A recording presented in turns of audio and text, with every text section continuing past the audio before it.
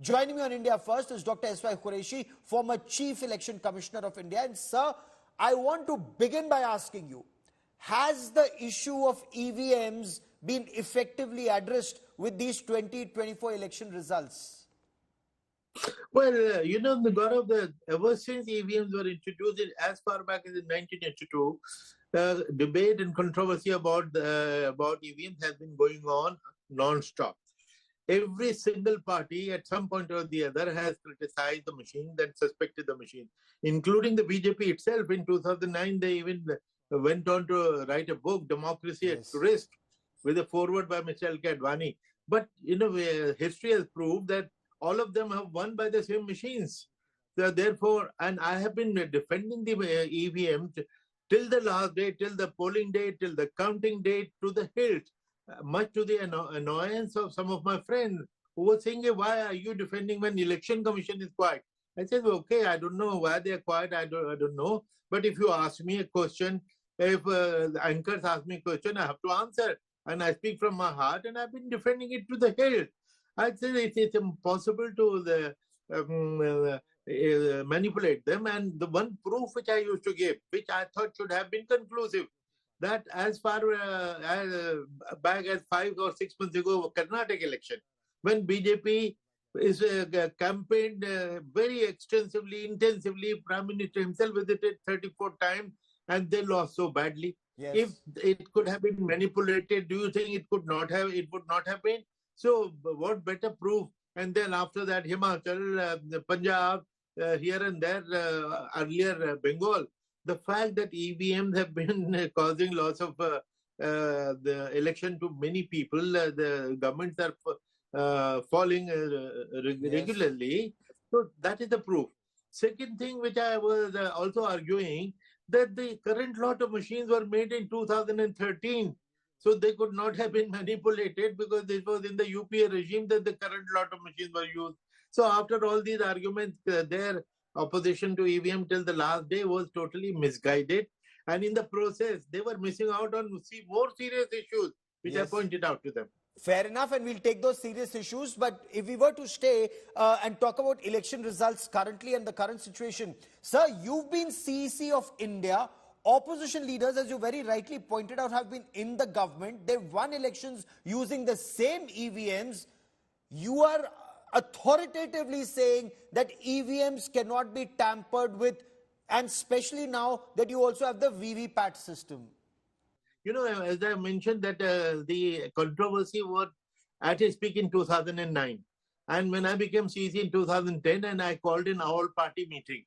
And all-party meeting was led by no other than Chandrababu Naidu, who was a technology icon. Yes. In fact, I was surprised, and I said, Mr. Naidu, you are a technology person and you are leading an anti-technology delegation. And please tell me, either convince me or I'll convince you. I'll send you out of this room as a brand ambassador of my EVM.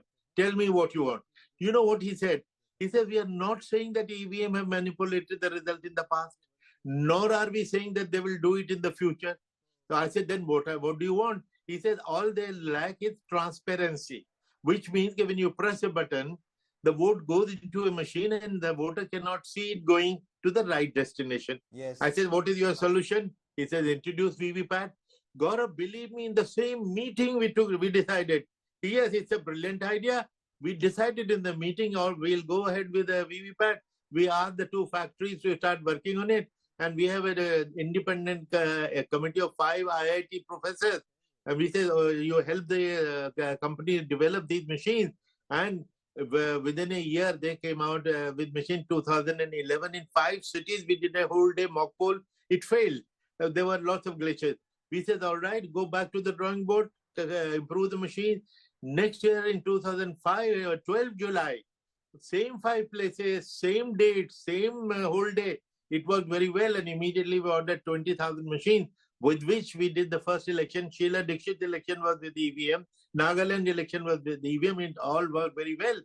And in 2013, when the matter went up to the Supreme Court appreciated the Election Commission's initiative and ordered the government to give us enough money so that we can do 2019 elections in the whole country with the EVM. It's a different matter that government took 3.5 years to give that money. In fact, I was very getting jittery myself because there were 2 contempt petitions.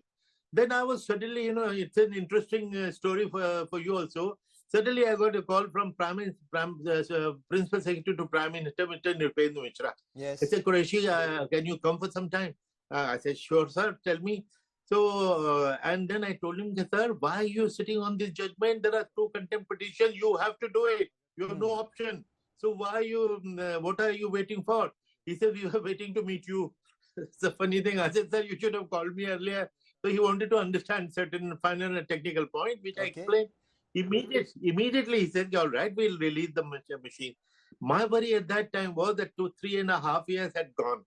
Whether the 2 factories will be able to manufacture 20 lakh machines in 1.5 years, but hats off to them, miracle, they manufactured the machines and 2019 elections were held very beautifully.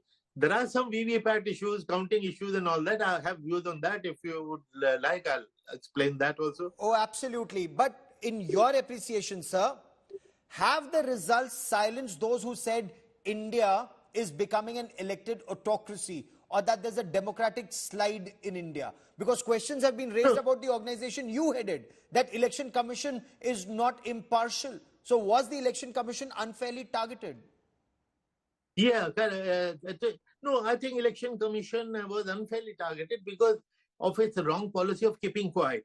Keeping quiet is not the option. Even if I'm media shy, even if I'm normally reticent, nation wants to hear me if I'm the CEC. So, in fact, I used to advise them if they ask for my advice. I say, look, you should be more open. For instance, 26 parties seeking appointment and they not meeting them for 2.5 months was doing disservice to the cause of democracy and Election Commission. Meet them. Our doors should be open 24/7 because we have nothing to hide. Okay. So that was the mistake they made, for which they came for criticism. But otherwise, everything could have been explained. In fact, the 17C figures and whether there is variation and all that, till the counting evening, I was saying that I don't bother about that variation of the figures.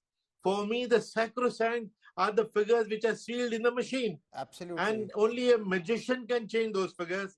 And that has been proved right. So all these people, sir, all these people who say that if election results are in their favor, then EC is impartial.